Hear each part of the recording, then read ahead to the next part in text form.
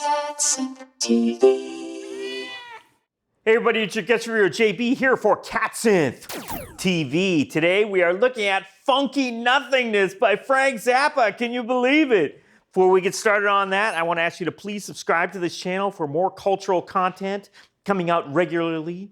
Please consider underwriting the efforts. There are links to Patreon, Ko-Fi, and merch right there below. And if you like what you see here, please give it a thumbs up and share the video out. The whole idea is to get the word out. Let's dive deep into it. I'm telling you, Frank Zappa, Funky Nothingness. This is one of those things that, man, the Zappa Vault has been releasing this unreleased Frank Zappa material since his death back in 1993. At this point, here we are, 30 years on, and we're still getting just some of the most amazing music coming out. This album is kind of being marketed as Hot Rats 2, or kind of, you know, the sequel to Hot Rats. And that might be sort of an accurate description, and maybe it's not quite so accurate, and we'll kind of dive a little more into that topic as we go on. Just for a little context of what we got here, most of this music was recorded in early 1970, and it does feature many of the musicians who appeared on Hot Rats. I mean, we have Max Bennett, the incredible bassist Max Bennett, did a lot of LA session work, studio work, known as part of the quote-unquote Wrecking Crew back in the day. We got the wonderful and most amazing Ian Underwood on keyboards and saxophones and even a little bit of rhythm guitar on this one. Frank Zappa, of course, doing his thing. Sugarcane Harris, once again, on vocals and playing his stunning electric violin, set phasers to stun. You know what I'm talking about right here. Just amazing stuff. And then Aynsley Dunbar on drums. Aynsley Dunbar, of course, was with Zappa from 70 until, let's say, 72, kind of getting that nice transitional period. You may remember a little while back we talked about the Waka box set. There's a link to that up there. You should go check that out. Aynsley Dunbar, of course, the drummer who kind of spans that whole era of 70 to 72. A lot of changes in the music of Frank Zappa. Let's dive right into this. Funky Nothingness. My goodness, I mean, it's kind of an apt title. We're kind of focusing on the very bluesy kind of side of Frank's playing. You know, I love Frank when he dips deep into that rhythm and blues bag. He does that directly from my heart to you, or some of, going a little deeper into the deep cuts. Here Lies Love, oh my goodness. Or those of you out there who listen to Zappa Bootlegs will be familiar with the version he did of Those Lonely, Lonely Nights. Oh man, and things like Chucha. Oh man, I'm telling you, man, some great stuff. And you get all that stuff right here.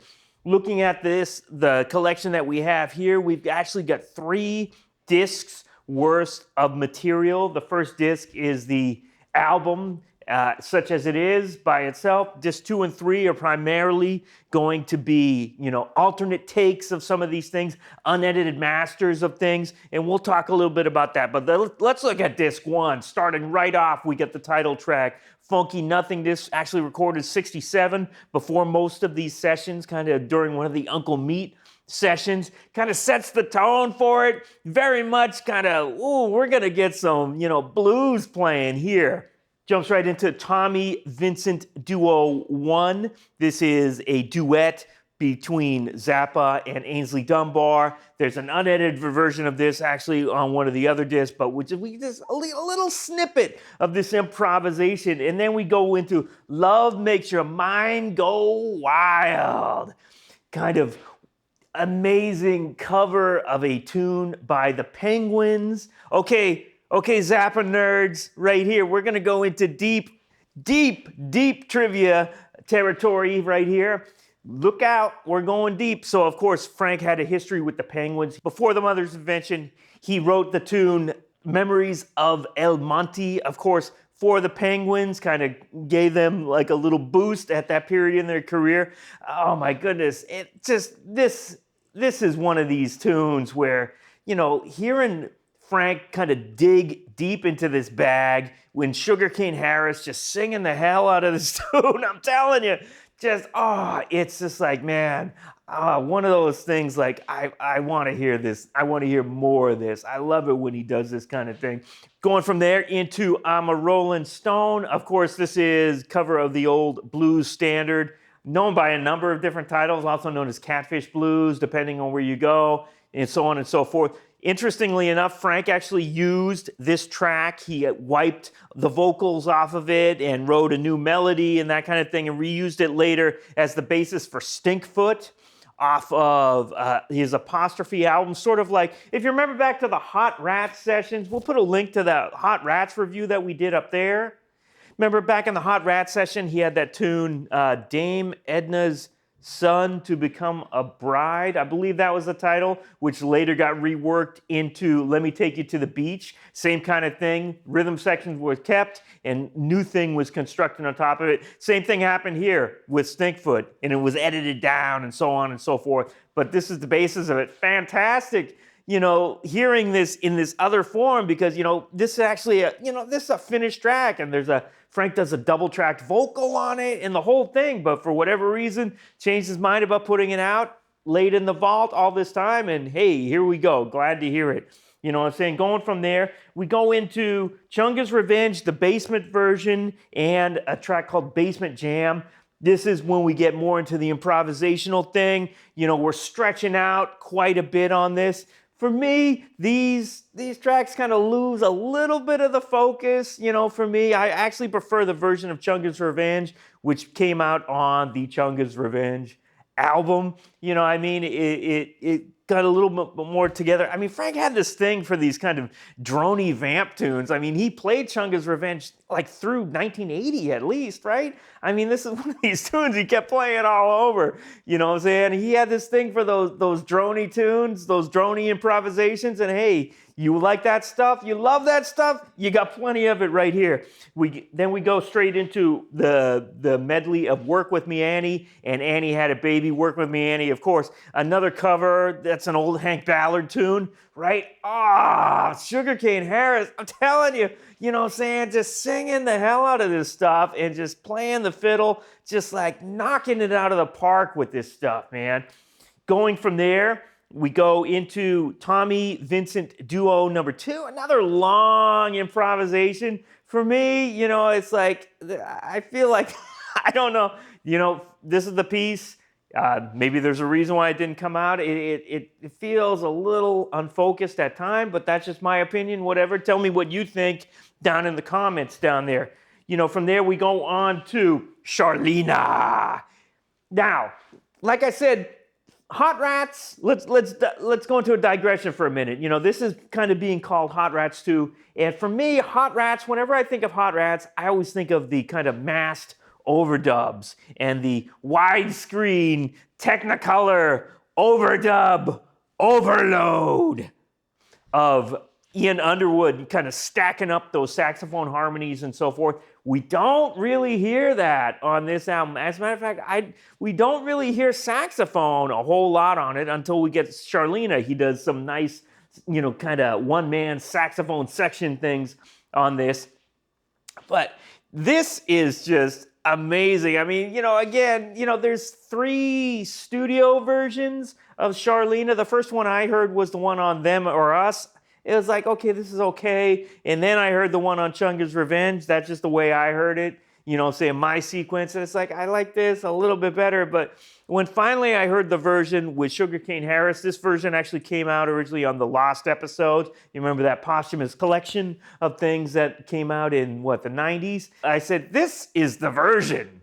Man, this version, to me, puts those others just, bam, down in the dirt, man. This is like, holy cow, this is the singer.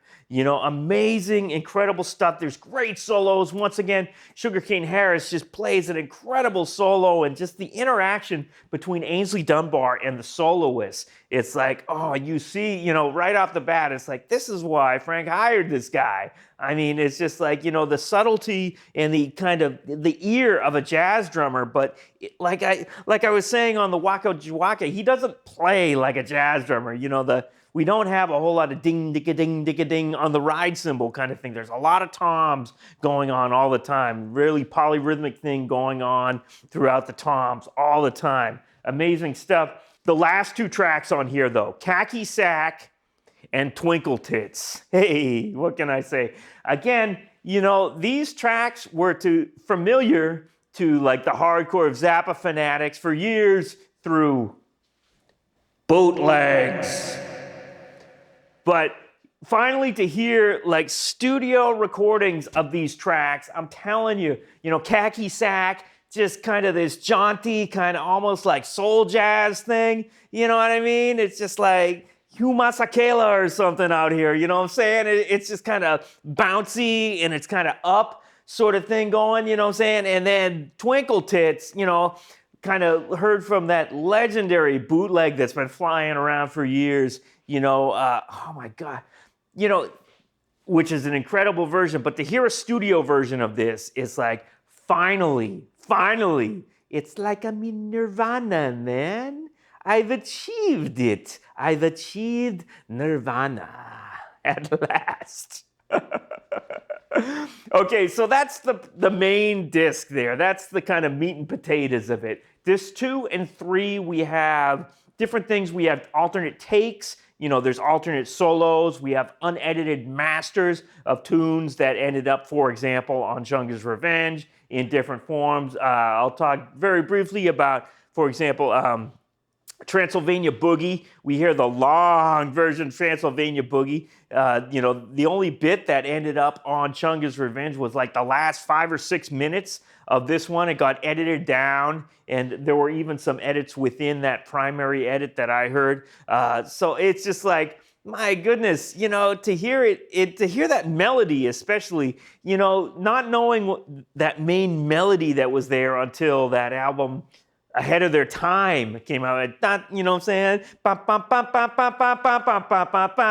mean, this kind of very Stravinsky-esque melody there. But to hear a really good studio recording of it, I mean, again, fantastic, amazing stuff. You see why Frank ended up editing certain things down, but you always wonder, why didn't he put some of that melodic content in there? Fantastic stuff. Another long track that appeared in a very truncated form on Chunga's Revenge was the clap. Again, you hear, this is another piece, a percussion piece, percussion-only piece. Frank plays all of the percussion on this overdub by himself. Of course, the spirit of Edgar Varese is strong in this one. I mean, Varese and his piece Ionization, of course, always looming large in the back of Frank's mind. It seems to have touched a number of his works through the year. The discerning listener will be able to identify the bits of Varese kind of going all the way through his history. And while we're on this topic, hey, Joe Travers, if you're watching this, what's the deal with the Varese album with the, that was supposed to come out so many years ago, The Rage and the Fury? Whatever happened to that? Okay, back to the main topic at hand. On the third disc, there's a really interesting piece called Halos and Arrows, which is just guitar, Frank's overdubbing a number of guitars, and it seems to be only Frank and his guitar. You hear him playing acoustic on there, which is something you don't hear a whole lot. He did not play a whole lot on acoustic guitar on record. So really interesting piece. Apparently it was abandoned. It was found while they were going through some of the reels, just at the end of a reel, partially erased or whatever. Really interesting piece. There's a piece on there also called Moldred, which seems to be a bit of that Tommy Vincent duo, which was overdubbed. Frank overdubbed a bass on a bit of it. Those other duos we're talking about there were just guitar and drum duets. So really interesting. And the whole thing ends with Fast, Funky Nothingness, which is another version of the Funky Nothingness theme, which starts disc 1. So a nice kind of bookend, if you like, to it. Okay, let's take a look at the package here. Really interesting package, kind of foil stamped on there. I don't know if you can really get the effect looking on the video, but it's nice. It catches the eye, kind of reflective. Here we got that kind of pink solarized color, I guess kind of tying it into Hot Rats, right? We got a booklet over here. Take a look at this. Session photos. Interestingly, the photos here, you know, like I said, a lot of them were actually taken at the session themselves by the photographer John Williams. No, not that John Williams. But the photographer and graphic designer John Williams took this stuff. 3 discs, as we can see here. Very nice packaging. Wonderful, wonderful thing. Kind of nice. We got some annotations here and kind of background on the tracks by Joe Travers. Wonderful stuff. Okay, summing it up, wrapping the whole thing up. Like I said, you know what I'm saying, for the hardcore Zappa fan out there, this is it, man. This is one of these things that you always wanted to hear. Like, you know, like I said, there's those couple tracks on there. Khaki Sack, kind of known on one of those bootlegs as, I think it was just called What? Or something like that. And also, you know, Twinkle Tits. Oh, man, I'm telling you. Like I said, you know, this is one of these periods of Zappa's music where he was kind of digging deep into this bag. You really wish that he had done more recordings with Sugarcane Harris. I mean, just, you know, the voice and the violin, it's just like, he really brings this kind of grittiness to it. But really, if you're a hardcore Zappa head, this thing is indispensable. You're gonna get a lot of enjoyment out of this. I'm telling you, just go get it. To find out more about Zappa, Funky Nothingness, please visit the official website and check out the description below this video. Thanks for watching, and please subscribe to CatSynth TV. Hey, you're watching CatSynth TV!